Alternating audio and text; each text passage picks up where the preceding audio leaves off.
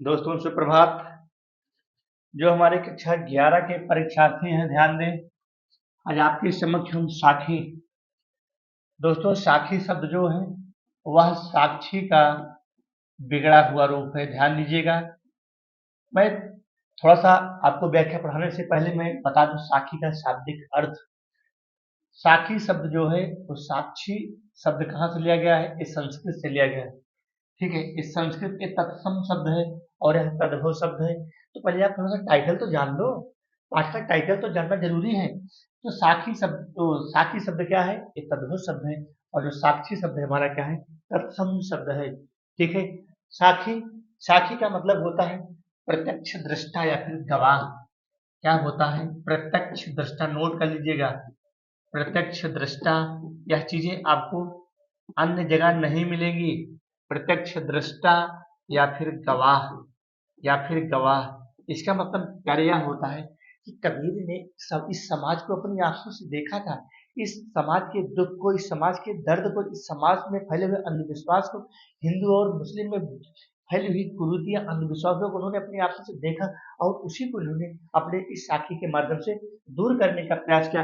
इसीलिए इनको कहा जाता है प्रत्यक्ष दृष्टा। अर्थात इन्होंने स्वयं अपनी आंखों से भगवान का रूप या फिर यो मान लीजिए परमात्मा का, ये परमात्मा के साकार रूप थे। इन्होंने प्रत्यक्ष अपने आंखों से देखा और एक गवाह के रूप में इस समाज के समक्ष पेश आए। इसीलिए कहा जाता है कार्य प्रत्यक्ष दृष्टा या फिर गवाह। साखी शब्द कैसा है? यह तद्भव रूप है। क्या है प्यारे? यह तद्भव रूप है। कैसा रूप है? तद्भव। और जो हमारा साक्षी है यह हमारा क्या है? तत्सम है।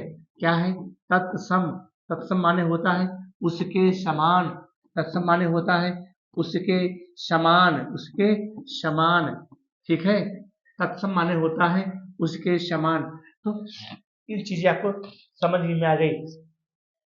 जो साखी है, जो कबीर की जो कबीर का ग्रंथ विजक है उसमें साखी, शबद, रमैनी, चाचा, बेल, हिंडोला कुल मिलाकर के 11 रचनाएं संग्रहित हैं। प्यारे, कितनी रचनाएं संग्रहित हैं? 11 रचनाएं संग्रहित हैं।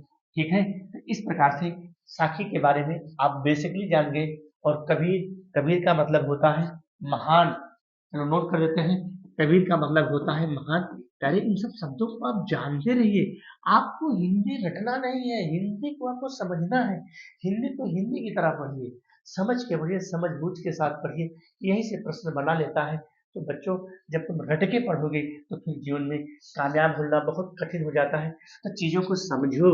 एक बार अगर चीजों को समझ लिया, चाहे 9 में पूछे, 10 में पूछे, 11 में पूछे, 12 में पूछे, बी में पूछे, एमए में पूछे, अरे एनबीएस में पूछे, टीजीटी में पूछे, पीजीटी में पूछे, कहीं भी पूछे यार, क्या वही तो साखी है। साखी का मतलब हो गया, ये साखी कैसा शब्द है? तद्भव शब्द है। कहाँ से लिया गया है? संस्कृत के साक्षी शब्द से लिया गया है। इसका मतलब क्या होता है? प्रत्यक्ष दृष्टा या फिर गवाह होता है। कबीर शब्द, कबीर का मतलब होता है महान। कबीर का मतलब होता है महान। ठीक है। तो ये टाइटल हमारा हो गया। अब हम आते हैं सीधे आपकी काव्य रचना पर। ठीक है प्यारे। इसका मतलब है कि कबीर पढ़े लिखे तो थे नहीं, बस ये कागज छुए नहीं, कलम गए नहीं हाथ। जन्म इनका आपको बेसिकली पता ही है, 1398 में लहर तारा के समीप जब इनका जन्म हुआ था तो माता पिता इनको यहीं पर छोड़ आए थे। और नीरू और नीमा नाम के जुलाहे ने इनको लाकर के इनका पालन पोषण किया। और तब से फिर कबीर कबीर हो गए। कबीर का मतलब ही होता है महान आत्मा, अर्थात महान। यानी आते हैं हम आप अपनी काव्य रचना पर। इसको हम ऊपर करते हैं, बुक सामने रखिएगा और हाथ में पेंसिल होनी चाहिए। हाथ में क्या होनी चाहिए? पेंसिल। पेंसिल भाई जरूर हाथ में रखिएगा, क्योंकि बिना पेंसिल के हम पढ़ा नहीं पाते हैं। ठीक है। ठीक है। तो दौहाड़ी, दो माने होता है, दो माने होता है, इसको समझना। दो माने होता है, हाड़ी माने होता है शरीर, हाड़ी माने होता है शरीर। और दो माने होता है, दो शब्दों कार्य होता है, दो माने होता है दू। दू का मतलब है न्यौछावर करना। ठीक है। हानि माने होता है शरीर। जो भी कठिन शब्द हमको मिलेंगे मैं उसको आपको बताता चलूंगा। ठीक है। आते हैं एक्सप्लेन पर। बलिहारी गुरुआ पड़े, दोहाड़ी कई बार, जिन मानिस देवता, करत न लागी बार। बलिहारी अर्थात प्रभु परमेश्वर परमात्मा अपने गुरु के ऊपर अपने माने अपने, अपने माने अपने, अपने कैसा शब्द है, अपने कैसा शब्द है, ये ब्रज भाषा का शब्द है अपने, अपने माने अपने, दवहाड़ी माने होता है इसका, जब इसका हम संधि विच्छेद करेंगे तो दो धन हाड़ी, ठीक है, दो धन हाड़ी, ठीक है, दो धन हाड़ी, दो माने होता है दूं और हाड़ी माने शरीर, अर्थात मैं कितनी बार न्यौछावर कर दूं। यहाँ कबीर के कहने का मतलब है कि मैं अपने इस शरीर रूपी, अब मैं अपने शरीर रूपी देह को लेकर के अपने प्रभु के ऊपर, अपने परमात्मा के ऊपर, अपने गुरु के ऊपर, अपने परम ब्रह्म परमेश्वर के ऊपर कितनी बार न्यौछावर कर दूं। क्यों कर दूं भाई, क्यों कर दूं, ये भी तो प्रश्न बनता है। अगर किसी के ऊपर न्यौछावर कर रहे हो, किसी के ऊपर समर्पण कर रहे हो, तो क्यों कर रहे हो, इसका भी तो पता होना चाहिए, इसका भी तो पता होना चाहिए। प्यारे, जिन मानी सत्ताई देवता, जिनको मनुष्य से देवता बनाने में करत न लागी बा, तनिक भी एक विक्षण नहीं लगता है। मेरा कहने का मतलब है बलिहारी गुरु आपने, आपने माने होता है अपने, दवहाड़ी माने होता है दो, माने होता है दू, और हाड़ी माने होता है शरीर, अर्थात मैं अपने गुरु के ऊपर, मैं अपने परमात्मा के ऊपर, मैं अपने परब्रह्म परमेश्वर के ऊपर मैं कितनी बार न्यौछावर कर दूं, कितनी बार न्यौछावर कर दूं, दो हाड़ी कई बार, कितनी बार न्यौछावर कर दूं, किसी ऊपर, बलिहारी के ऊपर, अर्थात प्रभु के ऊपर, परमात्मा के ऊपर, गुरु के ऊपर क्यों कर दूं, क्योंकि उसको, जिनको मनुष्य से देवता बनाने में तनिक भी देर नहीं लगती है। यानी यहाँ पर जो है शांत रस है, पंचमेल से धोकड़ी भाषा का सुंदर प्रयोग किया गया है, ठीक है, अहमद अलंकार का सुंदर प्रयोग है। तो थोड़ा सा भाव को भी समझते चलिएगा। जो हमारे 11 के बालक बालिका हैं, मैं आपको प्यारे ये मान के चलिए, मैं आपको 12 का, मैं आपको 12 का मान के पढ़ा रहा हूँ, मैं जिस प्रकार से व्याख्या कर रहा हूँ समझने की कोशिश करना। यानी सतगुरु की महिमा अनंत, सच्चे गुरु की महिमा अनंत है। जो सच्चा गुरु होता है, जो सच्चा ज्ञान देने वाला होता है, उसकी महिमा कैसी है, अनंत है। क्यों अनंत है, क्योंकि उसने मेरे ऊपर अनेकों उपकार किए हैं, हमारे ऊपर अनेकों उपकार किए हैं। कैसे, और अगर मैं, लोचन माने होता है नेत्र, लोचन अनंत उघाड़िया, अर्थात जब मैं अपने नेत्रों को उखाड़ करके, नेत्रों को उठा करके देखता हूँ, तो उस परमात्मा के, उस परम ब्रह्म परमेश्वर के, उस प्रभु की सत्ता के अनेकों रूप दिखाई पड़ते हैं। धन्य हो प्रभु, धन्य हो सूरदास, कितना सुंदर, सॉरी, कितना सुंदर वर्णन यहाँ कबीरदास जी ने किया है। सतगुरु की महिमा अनंत, उस सच्चे गुरु की, उस परम ब्रह्म परमेश्वर की महिमा अनंत है। अनंत किया उपकार, जिन्होंने हमारे ऊपर अनेकों उपकार किए हैं। आलोचन अनंत उघाड़िया, जब मैं अपने नेत्रों को उघाड़ करके, जब मैं अपने नेत्रों को, जब मैं अपने नेत्रों को हटा करके, जब मैं अपने नेत्रों को हटा करके देखता हूँ, तो उस प्रभु के, उस परमात्मा के, उस परम ब्रह्म सत्ता के अनेकों रूप दिखाई पड़ते हैं। तो सर करें, इसको थोड़ा सा ऊपर कर लेते हैं, फिर आपको हम, ताकि हमको झुकना ना पड़े और अच्छी सी एक्सप्लेन आपको करते रहे। ठीक है, दिख रहा होगा ना, यानी बहुत सुंदर। दीपक दिया तेल भरी है, दीपक दिया तेल भरी, कितना सुंदर वर्णन किया है कबीरदास ने। क्या कहा है क्या कहा है कि अर्थात गुरु और शिष्य का यहाँ संबंध बताया है। क्या बताया है कि दीपक दिया तेल भरी, इस शरीर रूपी है, क्या बताया है यहाँ पर कि शरीर रूपी दीपक में, शरीर रूपी, यानी ये जो दिख रहा है, देखो ये दीपक है, ये कैसा दीपक है, ये शरीर रूपी दीपक है, ध्यान दीजिएगा, ये शरीर रूपी दीपक है, और इसमें प्रेम रूपी तेल, ध्यान देना प्यारे, मैं इसकी व्याख्या आपको बता रहा हूँ, इसको मान के रखना। ये शरीर रूपी क्या है, दीपक है। मैं यहाँ से आपको दिखाना चाहता हूँ यारे, ये क्या है, ये शरीर रूपी दीपक है। ये शरीर जो है, ये शरीर रूपी क्या है, दीपक है, और इसमें प्रेम रूपी तेल इसके अंदर भर दिया है। कबीर ने क्या भर दिया है, प्रेम रूपी तेल, अर्थात इस शरीर रूपी दीपक के अंदर प्रेम रूपी तेल भर दिया है, और इसमें ज्ञान रूपी बत्ती, एक इस प्रकार से बत्ती डाल दी है, इस प्रकार से, इस प्रकार से बत्ती डाल दी। कैसी बत्ती, ज्ञान रूपी बत्ती, जो कभी भी अघट, जो कभी भी समाप्त होने वाली नहीं है। धन्य हो कबीरदास, कितना सुंदर वर्णन किया है। दीपक दिया तेल भरे, अर्थात प्यारी, इस शरीर रूपी दीपक में, ये जो दीपक है ये क्या है, इसको शरीर मान लो, इस शरीर रूपी दीपक में प्रेम रूपी तेल, इसके अंदर तेल रहेगा है, प्रेम रूपी तेल भर दिया है। ठीक है, वही तो है, दीपक दिया तेल भर, बाती दई अघट, और इसके अंदर ज्ञान रूपी बत्ती डाल दी है, ज्ञान रूपी इस प्रकार की बत्ती डाल दी है कि पूरा या दिशा हुआ, इस प्रकार से ज्ञान रूपी बत्ती डाल दी है, वह बत्ती कभी भी समाप्त होने वाली नहीं है। और कैसे, पूरा किया बिसावना, बिसावना माने होता है क्रय विक्रय, अर्थात बहुरी न आओ भट हट, अर्थात इस क्रय विक्रय रूपी बाजार में बार बार आना ना पड़े। बिसावना माने होता है क्रय विक्रय, बिसावना माने होता है क्रय विक्रय, अर्थात जहाँ पर खरीद हो और जहाँ पर बिक्री हो। बहुल माने होता है दोबारा, बहुल माने होता है दोबारा, धन्य हो कबीरदास। हट माने होता है बाजार, हट माने होता है बाजार। तो जो भी कठिन शब्द है नोट करना, व्याख्या समझ गए प्यारे। ठीक है, यहाँ पर से भाषा इनकी क्या है, पंचमेण सदुखड़ी है, शांत रस है, और इसमें रूप का चौकी अलंकार है। ठीक है, ध्यान दीजिएगा। तो सात गुण है, शब्द शक्ति यहाँ पर लक्षणा है। ठीक है, तो क्या है, दीपक दिया तेल भरी, अर्थात इस दीपक, इस शरीर रूपी दीपक में जो इस शिष्य, जो यह शिष्य खड़ा है आपके सामने, इस शरीर रूपी दीपक में, इस शरीर रूपी जो शिष्य आपके सामने खड़ा है, इस शरीर रूपी दीपक में प्रेम रूपी इस प्रकार से तेल भर दिया है, और ज्ञान रूपी इस प्रकार से बत्ती डाल दी है, जो भी कभी समाप्त होने वाली नहीं है। बाती दई अघट, अर्थात जो न घटे, घट माने घटना।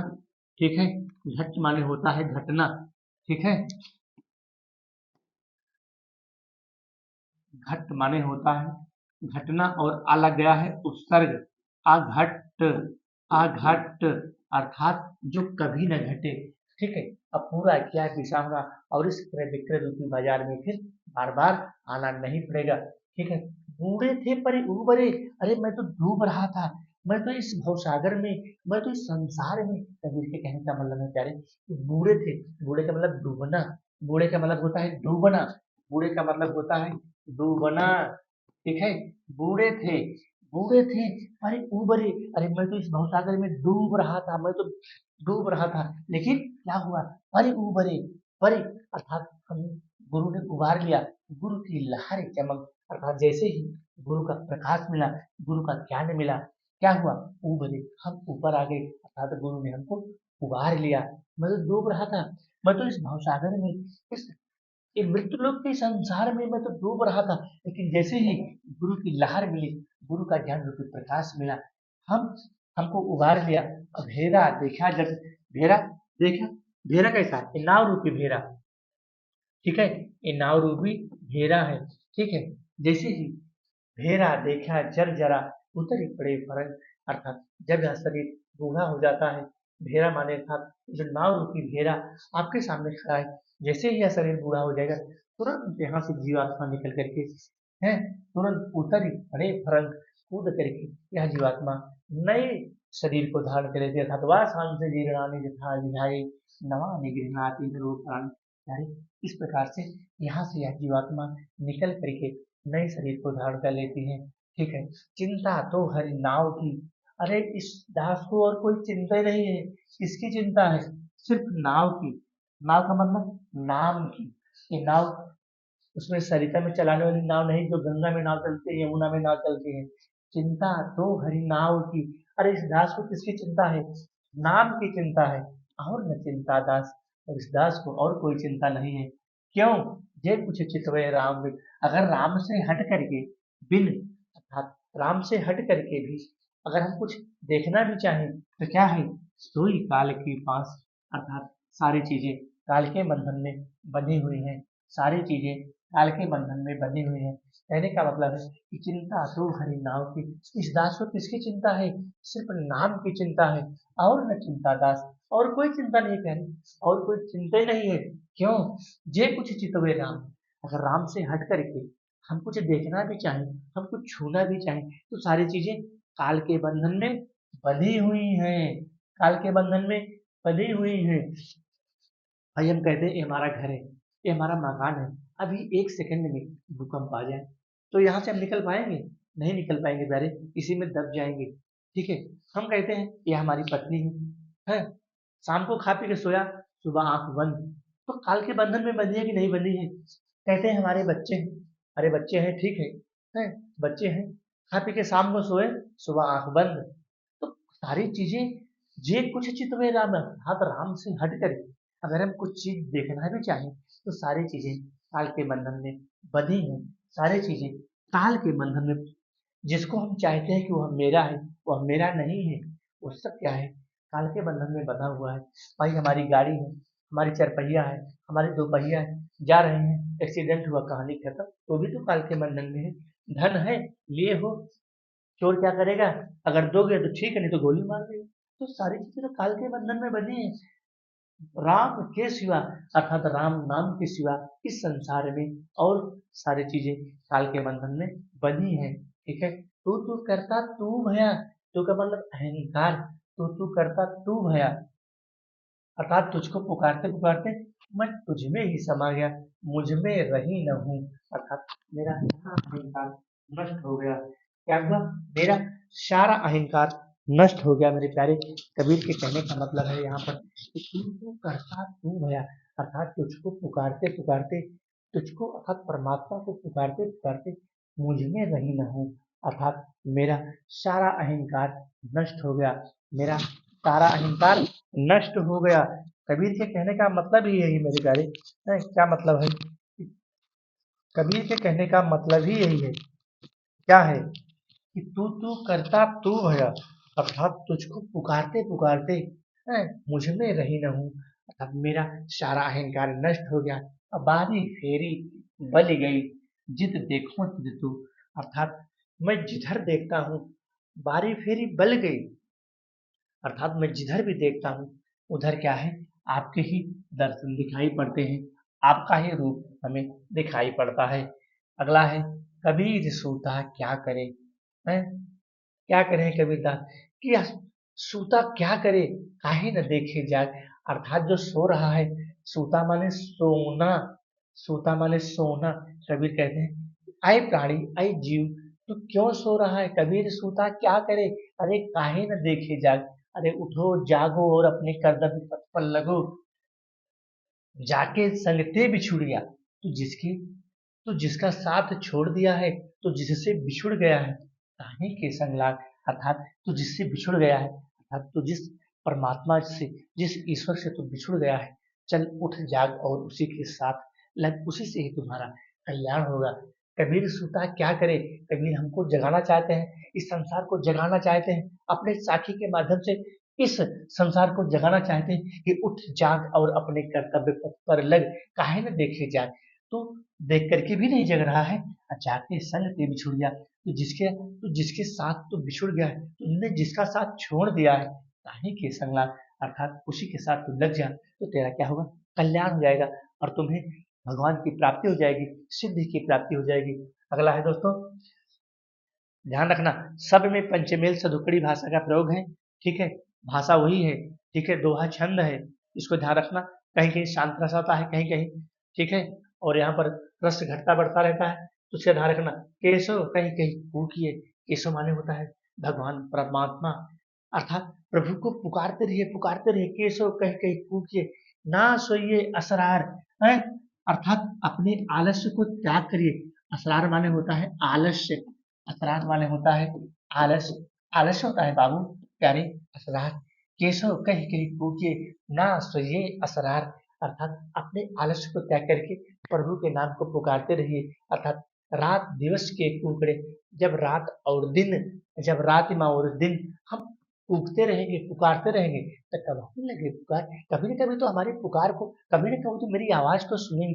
जब भाई लगातार परिश्रम कर रहे हो, लगातार मेहनत कर रहे हो, तो कभी न कभी तो वह जो सत्ता है, वह जो प्रभु है, वह जो परमात्मा है, निश्चित ही आपकी पुकार को सुनेगा और आपको सफलताएं मिलेंगी। रात दिवस के कोकड़े हैं, रात दिवस के कोकड़े कबहू लगे पुकार, जब रात और दिन हम कूकते रहेंगे, पुकारते रहेंगे, तो निश्चित ही वह प्रभु, वह परमात्मा के दर्शन हमको होंगे। अगला है, लंबा मार्ग दूरी घर है, लंबा मार्ग दूर घर, अरे उस परमात्मा का घर बहुत दूर है, रास्ते कटीले हैं, पत्थर है, कांटे बिछे हुए हैं, ऊंचा ऊंचा नीचा है, जैसे भी हमारा चंद्रयान गया था पहले, आज क्या है, 23 अगस्त है ना। आज के ही दिन हमारा चंद्रयान चंद्रमा पे लैंडिंग किया था। जो विक्रम लैंडर और हमारा जो प्रज्ञान था उसने लैंडिंग की थी, सॉफ्ट लैंडिंग की थी दक्षिणी ध्रुव पर। तो लंबा मार्ग दूर है, उस प्रभु का मार्ग कैसा है, लंबा है, रास्ते पथरीले हैं, कांटे बिछे हुए हैं, अब विकट पंथ बहुमार, बहुत कठिन रास्ता है, बहुत पथरीला है, ऊंचा नीचा है, जाने में बहुत टाइम लगेगा, चल नहीं पाओगे, पैर में छाले पड़ जाएंगे। ठीक है, लंबा मार्ग दूर है, अर्थात उस प्रभु का मार्ग, उस परमात्मा का मार्ग, उस पर ब्रह्म सत्ता का मार्ग क्या है, बहुत दूर है। रास्ते क्या है, मार माने, मार माने मृत्यु, मार माने होता है मृत्यु। ठीक है, मार माने होता है मृत्यु, अर्थात उस प्रभु के घर तक पहुंचने के लिए बहुत कुछ संघर्ष झेलना पड़ेगा। कहो संतों की उपाय ये, कहते हैं ऐ संतों, उस दुर्लभ हरि के, दुर्लभ अर्थात जिस जो मिलना कठिन हो, दुर्लभ का मतलब है जिसका दर्शन मिलना कठिन हो, दुर्लभ हरि दीदार, ऐ संतो उस प्रभु के, अरे जिसका, जिसकी सत्ता को पाना कठिन है, जिसके दर्शन को पाना कठिन है, दुर्लभ हरि दीदार, ऐ संतो, बताइए, आप ही बताइए कि उस दुर्लभ प्रभु के, जिसकी सत्ता को, जिसके दर्शन को पाना कठिन है, कैसे उसके दर्शन हो सकते हैं, क्योंकि मार्ग बहुत लंबा है, घर उसका बहुत दूर है, रास्ते पथरीले हैं, बहुत सारे उस पर सांसारिक भव बाधाएं पड़ी हैं। मार्ग का मतलब सांसारिक भव बाधाएं पड़ी हैं, अर्थात प्रभु का मार्ग क्या है, कठिन है। ठीक है, अगला है, यह तन जालो मस्ती करो, इस शरीर को, यारे जो शरीर आपके सामने खड़ा है, इसको जला करके क्या करूं, स्याही बना दो। क्या बना दो, शायरी वही लिखने वाली स्याही, जो आज तक लिखता है, काच कबूतर खासे खरगोश गासे गमला घासे घड़ी, यह तन जालो मस्ती करो, इस शरीर को जला करके स्याही बना दो, और लिखो राम का नाम और प्रभु का नाम, परमात्मा का नाम, लिख लिख करके भेजते रहो, भेजते रहो। लेखन करूं करंक की, करंक माने हड्डी, जब इस शरीर को जला करके स्याही बना दोगे तो क्या बचेगा, हड्डी तो बचेगी है।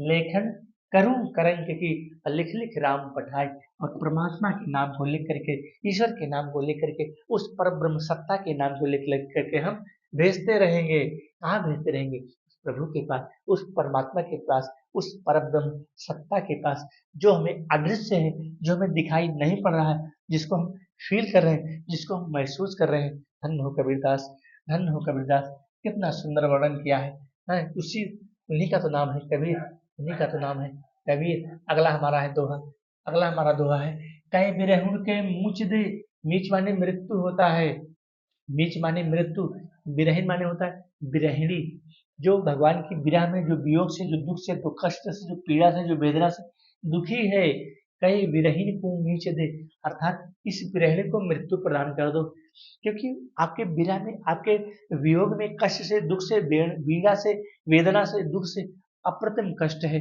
तो कबीर के कहने का मतलब है कि ऐ प्रभु, ऐ परमात्मा, इस विरहिणी को, इस विरहिणी को मृत्यु प्रदान कर दो, इस विरहिणी को, विरहिणी का मतलब जो वियोग में, जो भगवान के दर्शन को पाने के लिए दुखी है, कष्ट दुख तमाम सांसारिक कष्टों को झेल रही है, तो कबीर कह रहे हैं कि इस विरहिणी को मृत्यु प्रदान करो, ऐ परमात्मा, ऐ प्रभु, ऐ परमेश्वर, इस विरहिणी को मृत्यु प्रदान करो। अरे क्यों प्रदान करो भाई, क्यों प्रदान करो, कहीं आपा दिखला, या तो आप अपने, या तो आप अपने दर्शन करा दीजिए, आपा माने आप अपने दर्शन करा दीजिए। अब 8 पहर का दांझड़ा, 8 पहर का कष्ट, 4 पहर दिन में होते हैं, 4 पहर रात में, 8 पहर का ये जो कष्ट है, दांझड़ा माने होता है कष्ट, दुख, पीड़ा, दर्द, 8 पहर का यह कष्ट मुंह पे सहा न जाए, अब मुझसे सहा नहीं जाता, अब मुझे बर्दाश्त नहीं किया जा सकता। ऐ प्रभु, ऐ परमात्मा, या तो इस विरहिणी को मृत्यु को दे दो, या तो इस विरहिणी को, ये जो विरहिणी आपके दर्शन को पाने के लिए, आपके आपके आनंद को पाने के लिए तड़प रही है, वियोग से, कष्ट से, दुख से, पीड़ा से करा रही है, या तो इसको मृत्यु प्रदान करो, या फिर आप अपने दर्शन करा दो। 8 पहर का दर्द, अर्थात 4 पहर दिन में होते हैं, 4 पहर रात में होते हैं, 8 पहर का यह दर्द अब मुझसे सहा नहीं जाता है। ठीक है, अगला हमारा है, कबीर रेख सिंदूर की, कबीर दास जी कहते हैं कि जो ये रेखा, ये जो सिंदूर की रेखा है, जो सौभाग्यवती नारियां होती हैं, जो सौभाग्यवती स्त्रियां होती हैं, मांग में सिंदूर होने का मतलब है वह अपने पतिव्रत व्रत का पालन कर रहे हैं। कबीर रेख सिंदूर की, जिस प्रकार से सिंदूर की रेखा पर जो सौभाग्यवती नारियां होती हैं अपने माथे पर सिंदूर को धारण करती है ना, सिंदूर धारण करने का मतलब है वह पतिव्रत व्रत को निभा रही है। कबीर रेख सिंदूर की, जिस प्रकार से सिंदूर की लाल रेखा पर काजल नहीं दिया जा सकता, ठीक है, काजल दिया न जाए, हैं, नैनू रमैया रम रहा। जब हमारे नेत्रों में हमने राम को, हमने प्रभु को, उस परब्रह्म सत्ता को बसा लिया है, तो दूजा, दूजा माने दूसरे को, फिर कहा न समाज, दूसरे को जगह नहीं मिलेगी। जैसे क्या कहा था मीरा ने कि बसो मेरे नयन में नंदलाल, मोहन मूरति श्यावर सूरति, नैना बने विशाल, बसो मेरे नयन में नंदलाल। आपको उदाहरण दे रहा हूँ प्यारे, क्या है, एग्जाम्पल भी दे दिया मैंने कि नैनू रमैया रम रहा। भाई जब अपने नेत्रों में, अपने अंतस्थल में, अपने अंदर मैंने किसी को बसा लिया है, तो फिर दूसरे को जगह नहीं मिलेगी, दूसरे को जगह नहीं मिलेगी। ठीक है, अगर कोई, जैसे किसी का किसी से अफेयर हो जाए, किसी का किसी से प्यार हो जाए, तो फिर अगर उस प्यार को जब कोई तोड़ना चाहता है, तो किसका रूप लेता है? फांसी का रूप लेता है। किसका रूप लेता है? प्राणों की आहुति का रूप लेता है। उसे प्रभु का दर्शन है। अगर प्रभु के दर्शन को, प्रभु को मैंने अपने नेत्रों में, अपने अंदर बसा लिया है, फिर दूसरे को जगह नहीं मिलेगी। अगला हमारा है, शायर नाही सीप बिन। शायर माने समुद्र होता है, सीप कहाँ होती है? समुद्र में होती है। तो स्वाति बूंद भी ना, जो स्वाति का बूंद होता है, इसके देखो प्यारे क्या बनता है, स्वाति नक्षत्र का जो बूंद होता है, पपीहा उसको ग्रहण करता है, और वही स्वाति नक्षत्र का बूंद जब समुद्र में पड़ी हुई सीपी के मुख में जाता है, तो क्या बनता है? मोती बनता है। शायर नाही सीप बिन, अर्थात सीप, शायर कहाँ, सीपी कहाँ होती है? समुद्र में होती है। अर्थात स्वाति बूंद भी ना, और कबीर मोती नीपजे। कबीरदास जी कहते हैं कि मोती नीपजे, अरे जो इस सुषुम्ना नाड़ी है, नीपजे माने उत्पन्न होती है, इस सुषुम्ना नाड़ी के ऊपर शून्य शिखर गढ़माए। कहने का मतलब है प्यारे कि यहाँ इस सुषुम्ना नाड़ी के ऊपर, यहाँ तो ना तो समुद्र है, ना यहाँ पर सीपी है, ठीक है, फिर भी यहाँ मोक्ष रूपी मोती यही उत्पन्न होता है। कहाँ? इस सुषुम्ना नाड़ी के ऊपर शून्य शिखर गढ़माए। ये जो, ये जो गढ़ है, ये जो किला है, गढ़ माने किला, अर्थात जो एक गढ़ है, जो एक किला है, ना तो यहाँ समुद्र है, ना यहाँ पर सीपी है, फिर भी मोक्ष रूपी मोती यही उत्पन्न होता है। कहाँ? सुषुम्ना नाड़ी के ऊपर। इंगड़ा, पिंगड़ा और सुषुम्ना, तीन नाड़ियां हैं, यहीं पर पाई जाती हैं, इंगड़ा, पिंगड़ा और सुषुम्ना। तो कबीर के कहने का मतलब है क्या है? कबीर मोती निपजे, अर्थात मोक्ष रूपी मोती यही उत्पन्न होता है।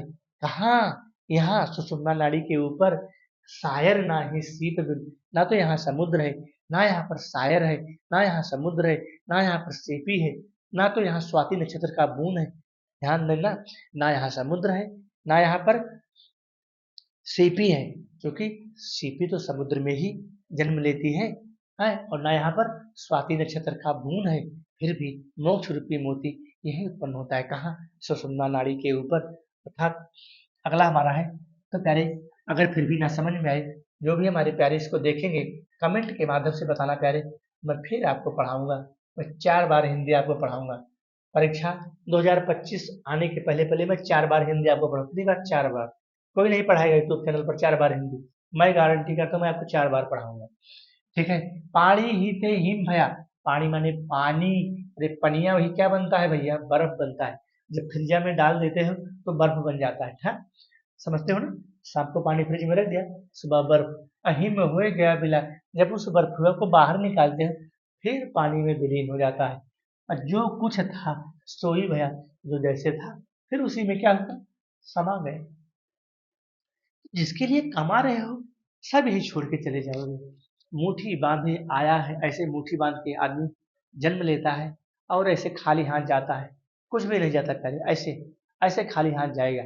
जब तक है मेरा है, मेरा घर है, मेरे बच्चे हैं, मेरी गाड़ी है, मेरी दौलत है, अंडानी, ठीक है, अडानी बन जाओ, कितना धन इकट्ठा कर लो, जो कुछ था सोई भया, जो जैसे था उसी में समाहित हो गया।